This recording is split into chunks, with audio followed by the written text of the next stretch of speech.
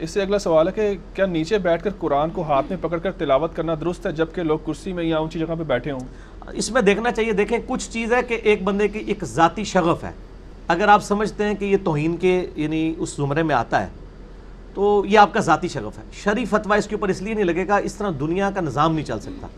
آپ دیکھیں ہمارے گھر کے نچلے پورشن میں الماریاں ہوتی ہیں, ان الماریوں میں قرآن رکھا ہوتا ہے اور اسی کے اوپر والے کمرے میں ہم رہ رہے ہوتے ہیں.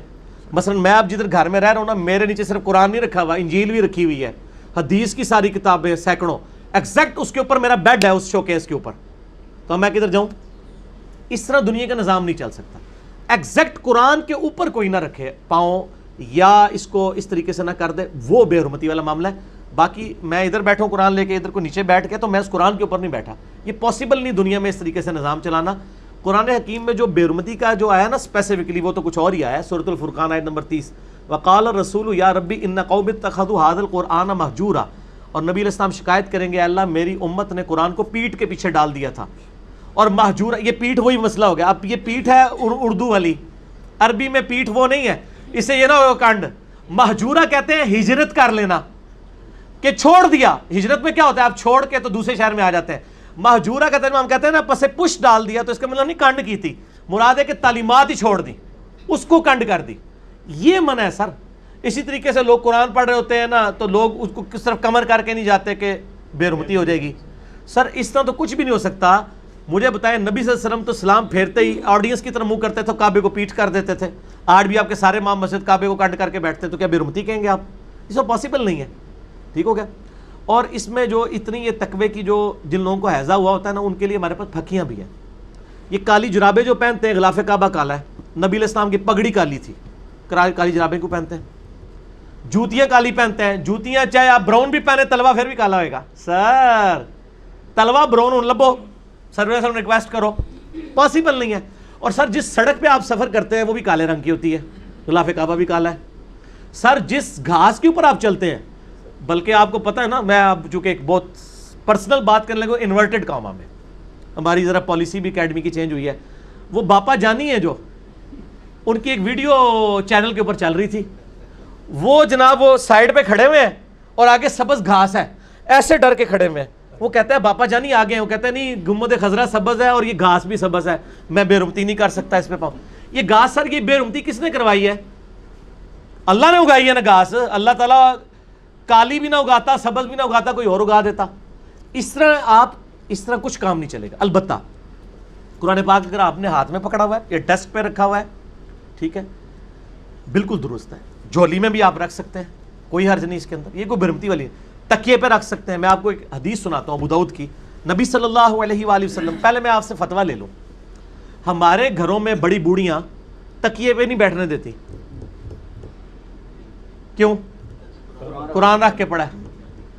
ٹھیک ہو گیا جی. اس میں ایک اور بھی بات اچھا, ہے, بہت طبی مسئلہ بھی ہے. وہ جو ٹوٹ جاتا ہے اور اس کی وجہ سے گردن میں وہ کیا کہتے ہیں بال, وہ پڑ جاتا ہے, اس وجہ سے. چلے وہ اور بھی باتیں ہوں گی. بہرحال اس میں کہ وہ کہتے ہیں بے حرمتی ہوتی ہے. اچھا جی, مان لیا. کیوں کہتے ہیں قرآن رکھ کے پڑھتے ہیں. ٹھیک ہو گیا. اب میں آپ کو بتاتا ہوں, نبی صلی اللہ علیہ وآلہ وسلم کی اپنی حدیث ابو داؤد کے اندر رجم کی سزا والے چیپٹر میں, یہودی آپ کو بلواتے ہیں ایک مقدمے کے لیے کہ فیصلہ کریں. تو آپ صلی اللہ علیہ وآلہ وسلم فیصلے کے لیے اس مدرسے میں جاتے ہیں. اس میں الفاظ ہیں یہودیوں کے مدرسے میں. وہاں وہ ایک بڑی سینہ تکیہ پیش کرتے ہیں آپ صلی اللہ علیہ وسلم کو, زمین پہ بیٹھنے لگتے ہیں تو وہ کہتے ہیں سر تکیے پہ آپ بیٹھیں. آج بھی عرب کے کلچر میں نیچے گدی رکھی جاتی ہے, تو آپ صلی اللہ علیہ وسلم اس گدی پہ بیٹھ جاتے ہیں. آپ ایک ایسے شخص کو اپنے ساتھ لے جاتے ہیں جس کو عبرانی زبان آتی ہوتی ہے تورات پڑھنے کے لیے. تو آپ صلی اللہ علیہ وآلہ وسلم فرماتے ہیں میں تورات سے فیصلہ کروں گا, چونکہ وہ رجم کی سزا سے جان چھڑوانا چاہتے تھے, کوئی امیر کبیر بندہ تھا. آپ فرمایا ٹھیک ہے, تورات کو تو مانتے ہو نا. تورات لائی گئی. آپ صلی اللہ علیہ وآلہ وسلم نے جب تورات آئی نا, تو اپنی پیٹھ کے نیچے سے گدی نکالی اور تورات کو اس کے اوپر رکھ دیا. آج کے حساب سے گستاخی ہو گئی, کیونکہ جو چیز پیٹھ کے نیچے تھی اس کے اوپر اللہ کی کتاب رکھ دی. اور پھر فرمایا میں ایمان لایا اس کتاب پر بھی اور اس کے نازل کرنے والے پر بھی. اگرچہ وہ کتاب بدل چکی ہے لیکن وہ 100% تو نہیں نا بدلی ہوئی. آج بھی نبی علیہ السلام کی جو اس میں بشارتیں ہیں وہ ہم تو نہیں کہیں گے بدلی ہوئی ہیں. اس کے باوجود آپ نے کہا میں اس پر بھی ایمان لایا, اس کو نازل کرنے والے پر. پھر آپ نے کہا پڑھو تو اس نے ہاتھ رکھ لیا جہاں پہ رجم کی سزا تھی، تو ان کا یا رسول اللہ یہ تو ہاتھ رکھ لیا، اٹھایا تو وہی سزا نکلی. تو یہ آپ صلی اللہ علیہ وآلہ وسلم نے خود یہ عمل کر کے بتایا. تو اس لیے پاسبل نہیں ہوتا. ہم نے کرسیاں بھی رکھی ہیں، جب فالتو بندے ہو جاتے ہیں نا وہ پھر ہم ان کو آگے لے آتے ہیں، چلے وہ ہاتھ میں پکڑ کے بیٹھ جائیں. ہم کہتے ہیں اب آندھا سے ہاتھ والا بھی کام چھوڑ دیں، جس کے پاس موبائل ٹچ سکرین ہے نا وہ موبائل پکڑ کے بیٹھ جائے، ٹھیک ہے نا. باقی یہ کہنا کہ یہ اوپر بیٹھا ہے یہ نیچے بیٹھا ہے، باقی جو سعودیہ کے اندر جو کچھ ہو رہا ہے نا جی، اس میں سعودیہ والوں کا کوئی قصور نہیں ہے. سعودیہ میں جتنا اہتمام ہے نا قرآن کی عزت کا کہیں بھی نہیں ہے، لیکن پبلک جاہل ہے نا. پبلک جوتیوں والی جگہ پہ 7 قرآن رکھ دیتی ہے، نعوذ باللہ، یہ تو غلط ہے. انہوں نے مسجد کے اندر ہزاروں الماریاں رکھی ہوئی ہیں پیتل کی بنی ہوئی، ان کے آگے باقاعدہ ڈسٹ پروف پلاسٹک لگائے ہوئے ہیں ہر چپے چپے پہ. پھر بھی کوئی سستی کر کے رکھ لے، اس میں سعودیہ کا تو کوئی قصور نہیں ہے، ان تو اہتمام کر دیا نا، ٹھیک ہے. اور ادھر جو کچھ ہو رہا ہے ادھر تو کوئی بھی قصور ماننے کے لیے، ادھر کوئی مزار نہیں جس کے اوپر لوگ سجدے نہ کر رہے ہوں. وہ کہتے ہیں یہ جہل عوام کر رہی ہے جی، ادھر بزرگاں دا تے قصور نہیں. تے تواڈے بزرگاں دا تے گدی نشیناں دا کوئی قصور نہیں، تے سعودیہ دا کہ قصور ہے جو لوگ یہ کام کر دے نا؟ وہ بھی تو لوگ خود ہی کر رہے ہیں نا. سعودیہ تو پورا اہتمام کیا ہوا ہے، لیکن اگر ویسے کسی کو ٹسل ہو گئی ہے تو اس کا تو کوئی علاج نہیں ہے. مغرب کی اذان شروع ہونے لگی ہے، اس کو سٹاپ کر دیں انشاءاللہ تعالی. بقیہ سوالات جو ہیں وہ مغرب کے بعد انشاءاللہ کریں گے. ہاں جی جناب، مغرب کے وقفے کے بعد اللہ کا نام لے کے اگلے سوالات شروع کریں گے. اچھا بھائی، اگلے 2-3 سوال تھوڑے الزامی ٹائپ کے ہیں. اس میں سے یہ کہ یہ کیسا ظلم ہے کہ آپ اپنے آپ کو صرف مسلم کہتے ہیں؟ کیا باقی کافر ہے جو آپ اپنے آپ کو مسلم کہتے ہیں؟ توبہ توبہ توبہ توبہ، کڈی ڈاڈی گل کر دینا، استغفر اللہ. یعنی یہ دن بھی آنا تھا کہ مسلمان اپنے آپ کو مسلمان نہیں کہہ سکتا، اور باقی آپ جو مرضی اپنے آپ کو کہیں وہ کسی کو نہیں تکلیف ہوتی ہے. حالانکہ وہ سارے انڈیا کے شہروں کے نام ہیں. دیوبند 1867 میں مدرسہ دیوبند شہر میں بنا، اس سے پہلے دنیا کا کوئی مسلمان دیوبندی نہیں تھا بلکہ مسلمان ہی تھا. دیوبندی بھی مسلمان ہے لیکن وہ بغیر دیوبندی کے ہی چھڑا مسلمان ہوتا سی، گلابی مسلمان نہیں، صرف مسلمان. 1896 میں منظور الاسلام بریلوی میں مدرسہ بنا. اس سے پہلے دنیا میں سارے جو بریلوی بھی تھے نا بعد میں ہونے والے، وہ چھڑے مسلمان ہی سن. تو سر آپ نے تو انڈیا کے شہروں سے اپنی نسبتیں جوڑی، اور یہاں دعا کروا رہے ہوتے ہیں انڈیا سے میچ جیت جائیں. میچ پھر بھی نہیں تسی جیتنا، کیونکہ تسی اپنی نسبتیں اتھے ہی جوڑیاں ہوئی ہیں، ٹھیک ہے. تو مطلب یہ نسبتوں کے اوپر آپ لوگ جو فخر محسوس کرتے ہیں، ہمیں فخر ہے. ہمارا نام ہمارے جد امجد نے مسلم رکھا ہے. سورۃ الحج کی آخری آیت ہے، ملت ابیکم ابراہیم، پیروی کرو اپنے باپ ابراہیم کی ملت کی. وَسَمَّاكُمُ الْمُسْلِمِينَ، اس نے تمہارا اسم مسلم رکھا ہے. من قبل وفی ہذا، اس قرآن کے نزول سے پہلے بھی اور اس کتاب میں بھی. یہ قرآن میں واحد موقع ہے جہاں مسلم ایز اے اسم آیا ہے، صفت کے طور پہ نہیں. باقی جگہ جب ہم مسلم کہتے ہیں، میں آپ کو حیران کن بات بتاؤں، آپ قرآن کی آیت پڑھیں نا، وَلَا تَمُوتُنَّ إِلَّا وَأَنْتُمْ مُسْلِمُونَ، دیکھنا تمہیں موت نہ آئے مگر مسلم حالت میں. یہ لادہ بات ہے. ہم غلاف کعبہ پکڑ کے دعا کرتے تھے اللہ مجھے بریلویت میں موت آئے. اللہ تعالیٰ ہمارے اپنے آپ کو مسلم، وہ کہتے ہیں یہ مسلم کا مطلب وہ نہیں ہے. مسلم کا مطلب ہے اللہ ہمیں فرما برداری میں موت دینا، اس کا ترجمہ کر جاتے ہیں. لیکن سر سورہ حج کی آیت کا ترجمہ نہیں ہو سکتا. وہاں لفظ ہے ہوا سماکم، اس نے تمہارا اسم اور نام مسلم رکھا ہے، یہاں صفت نہیں ہے. یہاں یہ نہیں کہ تمہارا نام تابع فرمان رکھا ہے، نہیں. مسلم کا مطلب مسلم ہے. پاکستان کا ترجمہ نہیں ہوگا، نام کا ترجمہ نہیں ہوتا. وہ سمجھانے کے لیے ضرور ہے لیکن وہ نام ہی ہوتا ہے. ٹھیک ہوگا جی.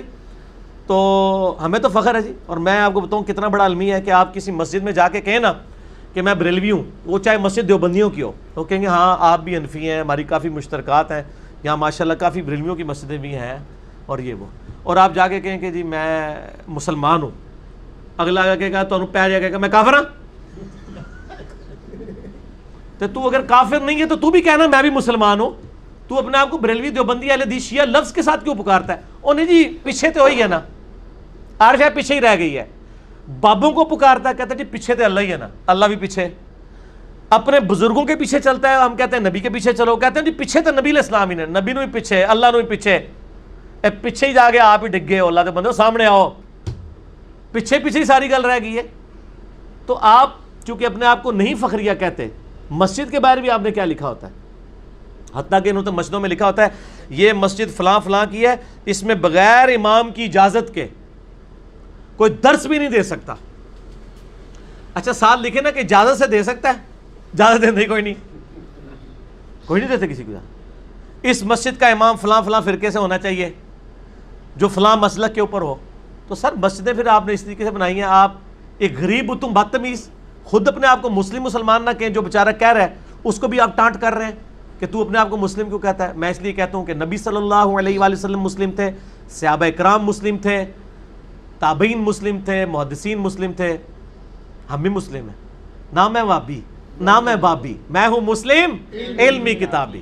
نہ ہم بابوں کا دفاع کرنے والے ہیں, نہ سو کالڈ ہم وابی ہیں, بلکہ ہم علمی کتابی طریقے سے چلنے والے مسلم ہیں. اچھا مجھے یاد آیا, وہ میں نے جو پچھلی حدیث بیان کر دی تھی نا, وہ سعد ابن ابی وقاص اور خالد بن ولید, وہ حضرت جو ہے وہ عبد الرحمن بن عوف ہیں. ویسے تو سعد ابن ابی وقاص بھی سابقون الاولون میں سے ہیں, اور میں وہ عمر سیریز آپ دیکھیں گے نا, اس میں آپ کو اندازہ ہوگا حضرت علی تو صرف 8 سال کے تھے جب نبی علیہ السلام نے دعوت کا آغاز کیا.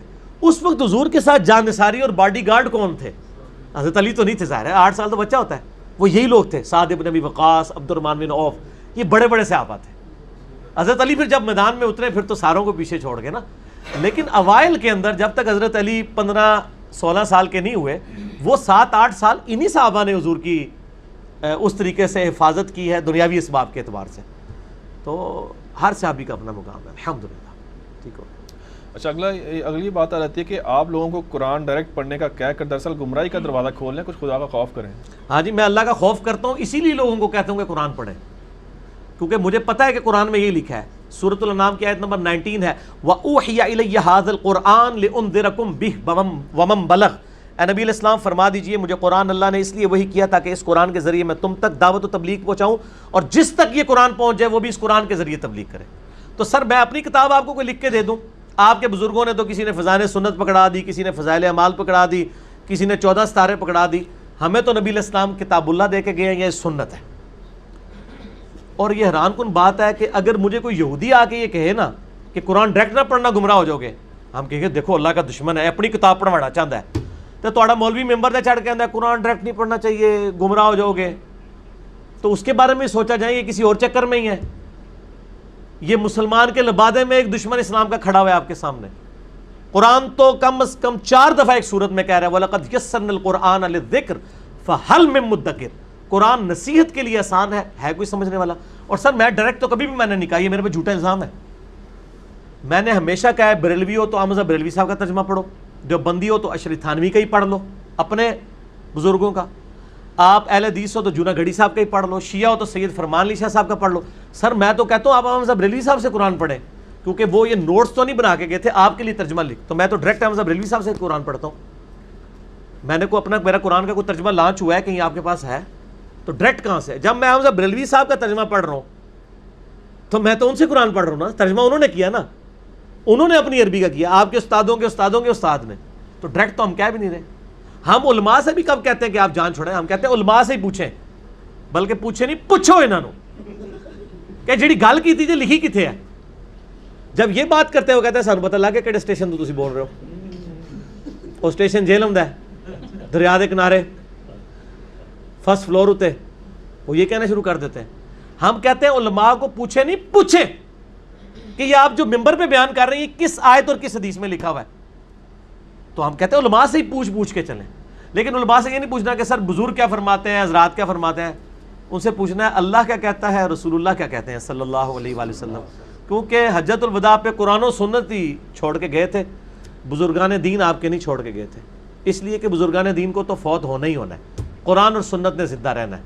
اگر نبی علیہ السلام دنیا سے چلے گئے تو کوئی اور بزرگ زندہ نہیں ہے.